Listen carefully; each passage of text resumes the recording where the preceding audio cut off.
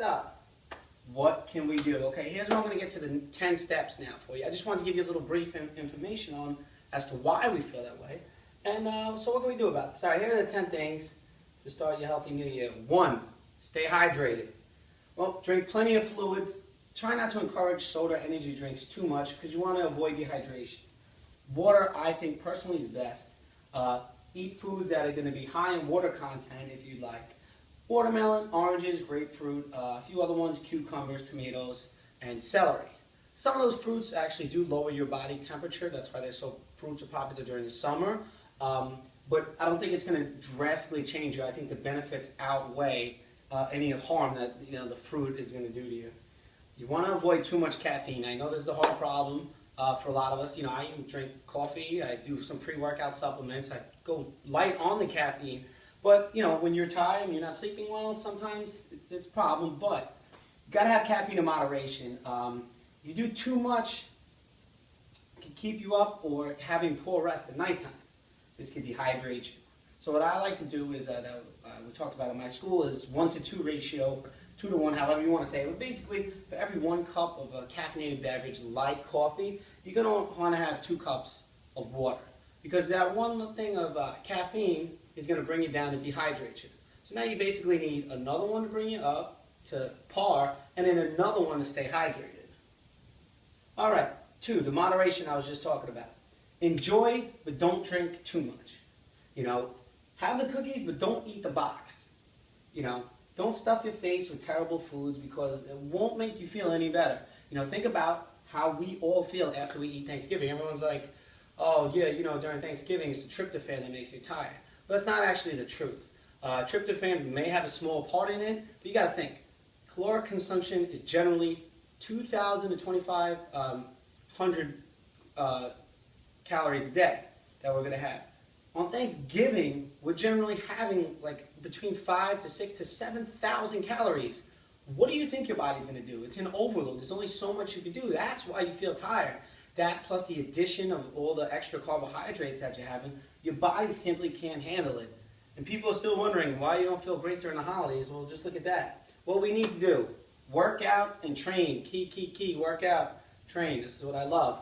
Working out and training, different for everyone, but it not only keeps the heart pumping, it burns calories, de-stresses you, puts you in a better mood, makes you sleep better, helps by making you want to eat better. Takes up the time from you sitting around in your house also and doing nothing where you're getting depressed because of the holidays. Maybe you feel more depressed. My family's all in Florida. I'm in New York by myself right now. I have some family members here, but yeah, I'm not the happiest right now. But I go to the gym and I'm telling you, I feel so much better after I leave. Maybe you want to start considering that and think about the time that it's taking up. That you're not going to be out getting stressed out. You're going to go from work, go straight to the gym, work out, feel better about yourself, or go to the gym ahead of time, before work, and you go in there with a clearer mind, and you're a little bit more de-stressed. I can promise you that. Okay, some other things. Vitamins, nutraceuticals. Here's just a few of them.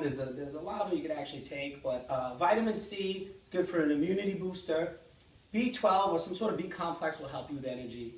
We have the fish oils, which I love, great for inflammation and a million other things. You got vitamin D, which helps supposedly deal with depression, helps your heart, it helps your skin. You can take a multivitamin, and I love green drink supplements, wheatgrass, spirulina. They have flavored powdered ones too, which aren't as harsh to taste. So you might want to consider something like that. And CoQ10 is another great one for energy and brain function. All right, 5, we want to eat healthier. Incorporate veggies, fruits, lean meats, and proteins. This not only fuels our body, but it prevents for us from eating other bad foods because we're full. Broccoli is a very filling thing that you could eat, or some sort of greens. Greens are very high in content that's going to make you feel full. Shakes are amazing to fill you up too. I love taking shakes, especially before I go to bed or something if I'm really still hungry. And like I said, again, the green drinks, I can't say enough about them. They're really good at filling you up. They're really good at alkalizing your blood and content to get your pH levels back to normal. Another tool, shop online when possible. Why? Well, it's good to get a list beforehand, obviously. You want to know what you're shopping for generally. It saves time. It saves stress. Definitely not worrying about getting that parking spot you're fighting over. The effort is minute. You're sitting there on your computer. You can have your coffee, your water, your tea, your protein shake, whatever you want while you're doing that. There are a lot of coupon codes, and a lot of them have free shipping. And not to mention, it saves on gas money. How many hours does it also save? That my buddy, for instance, bought all his gifts for all his nephews and nieces within a matter of an hour of just sitting there while I was at his house. And then he tells me, look, dude, I just went online. I got my coupon codes. I just saved over $100 on all these things. And free shipping on all of them. So that right there, shopping online is a big thing. I know it's getting closer toward, the holidays and everything, but you can still get great deals and everything. All right, detox, number 7.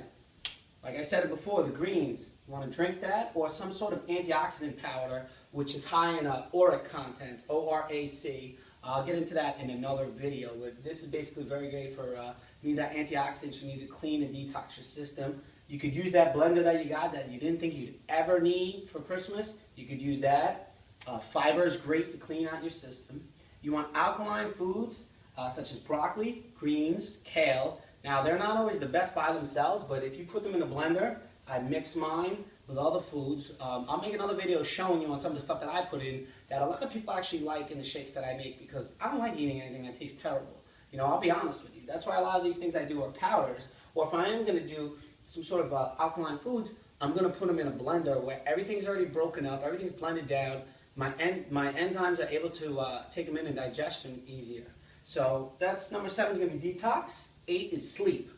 Well, it's very important to get a good night's rest, obviously. Body has to properly methylate, which is basically the conversion of chemical process in your brain, either from serotonin to melatonin, or melatonin, serotonin. It's basically, when your body produces serotonin during the daytime and then melatonin at night, it's that conversion. Well, if your body's not properly methylating, you're going to have problems with your sleep. You're going to have disturbed sleep patterns. A lot of these fall down to certain mitochondrial issues, different things like that. Obviously, sleep is important for brain functioning, your energy levels, and of course your stress levels. You wake up, if you're after not sleeping good, you got a headache, or you're irate, you're angry, and now you start your day, then you're not working out on top of it, then you're eating terrible. I mean, these are all factors leading to what we quote-unquote call the flu season. Next up, review and set goals. Now, this is more of another tip that you could do on a personal goal setting type thing. Well, check to see what goals you accomplished this year. Pat yourself on the back for achieving them. Whichever ones you did, pat yourself on the back, even if they're little, because that builds confidence in what you're doing. Think about what goals you didn't achieve and why you didn't accomplish them. You got to make goals a priority. So starting in the new year, make sure that you make these goals a priority. If it's a must, it'll happen. If it's just kind of like whatever, it's not going to happen. Just look at it this way. So make your goals a definite thing that have to be accomplished. And every day, try to do at least 2 to 3 things for your goals. If you have one goal, obviously that's takes more time. Then focus more of your energy on that. But don't let the other areas of your life. All right, guys. And number 10, have fun. Don't take life so seriously. Let go of grudges. Find what you love to do and do it. Live in the now. And then one of these quotes that I like, you could say it's a little corny or whatever, but I felt it was good. It says, yesterday is over, tomorrow may never come. That's why we call today the present, because it's a gift. So I thought that was kind of good with the holidays coming up. And it's one of those quotes that I just seem to like a little bit. And then right now we have, I just want to tell you guys, it's a new year, it's a new life. Start the new year off right, finish it even stronger. New beginnings, think of yourself as a happy and fit person, and make the choices and decisions that make you become that person. Once again, it's Jonathan here, Infinite Health Services. I want to thank you guys. Hope you have a healthy and happy new year. Take care, guys.